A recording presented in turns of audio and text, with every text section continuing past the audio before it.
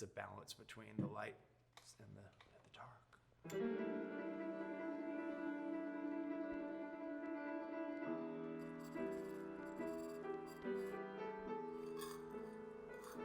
This is a tea that we have dubbed Iron Goddess, which is a close approximation of Tea Kuan Yin, Iron Goddess of Mercy. There's a little legend behind that. Maybe we'll get to that. This is a medium roasted oolong tea. This comes from China. I think Anxi province. I wish I could remember exactly. It escapes me at the moment. This is a classic roast Iron Goddess or Tea Kuan Yin. There's a modern version that's much, much, much greener and more floral, kind of like a high mountain oolong. It attracts newbies into tea, which is great, but it's not the same. There's something quite profound about the balance of the floral notes of a great Tea Kuan Yin and the deep roast. And how the flavor changes. There's a very great journey with this tea as that roast kind of fades and the sweetness comes in. It's really great. And these particular leaves are rolled really, really tight. So they're really small leaves, smaller than some of those Taiwanese ones. Those hardy big leaves that grow high mountain. These are just quite tiny here. One of the classic. Kind of a good way to judge other oolongs by, or like where your preferences sit in terms, because it kind of sits in the middle in terms of level of oxidation and roast, and so it's kind of like I wouldn't call it a middle of the road tea, but it kind of.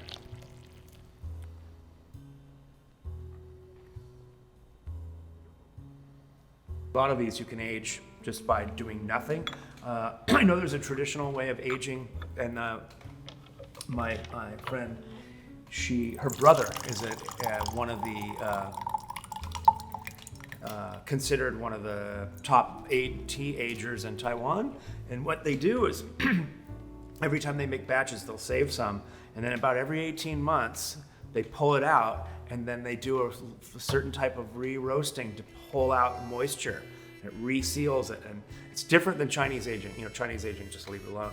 And so it'll get more and more baked. If you do it right, it more caramelizes all those sugars, and give a different flavor profile.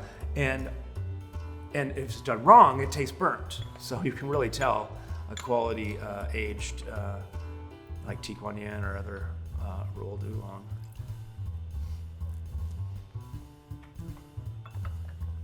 The color. So it'll get darker as this thing unfurls. I'm positing here.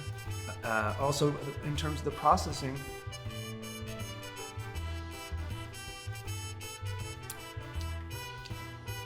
very roasty. Didn't quite expect it because of the color. It's like, oh, yeah, that's right.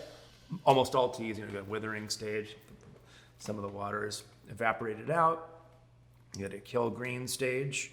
You've got, and then with these tea like this, a lot of bruising of the leaves, a lot of torturing, a lot of getting in there and like you're mashing up the leaves so they really get a lot of the cellular structure gets broken up, and the compounds mix together in a way that they wouldn't if you just left it alone. That's very integral part of any type of rolled oolong, and.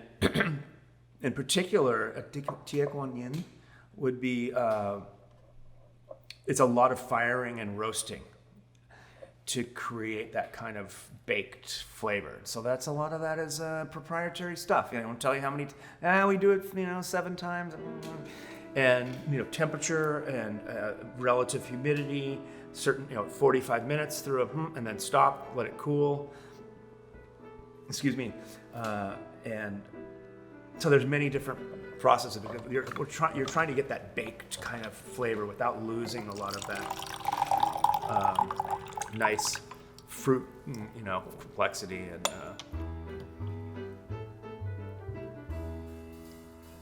Well, to me, it's like bread crust in a way. It's got a yeasty kind of chewy. Certainly obviously there's some sugars are getting natural sugars in the leaf are getting caramelized, I think. And you're already, I mean, they're baking. It's going into an oven, so it's actually baking the leaves to a certain extent. But in terms of the chemistry, that's about really, I don't know much. Then what you're looking for is kind of, roasted nut kind of flavor, and the difference between a raw pecan and a toasted pecan, raw almonds. Yeah, sometimes you're like, I love raw almonds, and then you have a toasted almond, you're like, oh, it's fantastic, And so, yeah, so you're getting that toasted nut kind of flavor too, in a tea like this. It's just really, I think. So yeah, so you're looking, kind of like, maybe a gross comparison would be like a candy-coated almond or something. It's like sweet on the outside and then it's all toasty. This is the opposite. It's like toasty on the outside, sweet on the inside. Yeah, I just do that.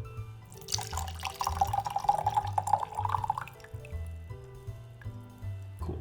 I like the sense that it's like kind of biting into a sandwich. Like you've got like this bread, like an artisan bread, crusty, like sourdough kind of chewy vibe, and then there's you've got it's not really a tomato flavor, but there's a juiciness, there's a fresh basil and mozzarella, it's like that kind of like, oh, I'm in the mountains of Italy and I'm eating an Italian sandwich off the farm. It's the same kind of thing. There's this kind of earthy but then floral and vegetal kind of expression going on. There's a lot happening. It's quite layered,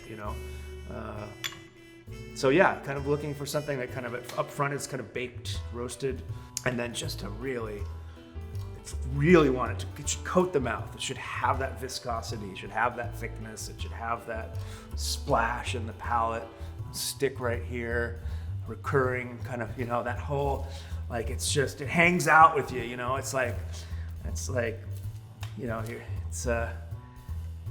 count on it to be there, that's why I like these oolongs. They're like good friends, they'll hang out with you for a while, and they don't disappoint you.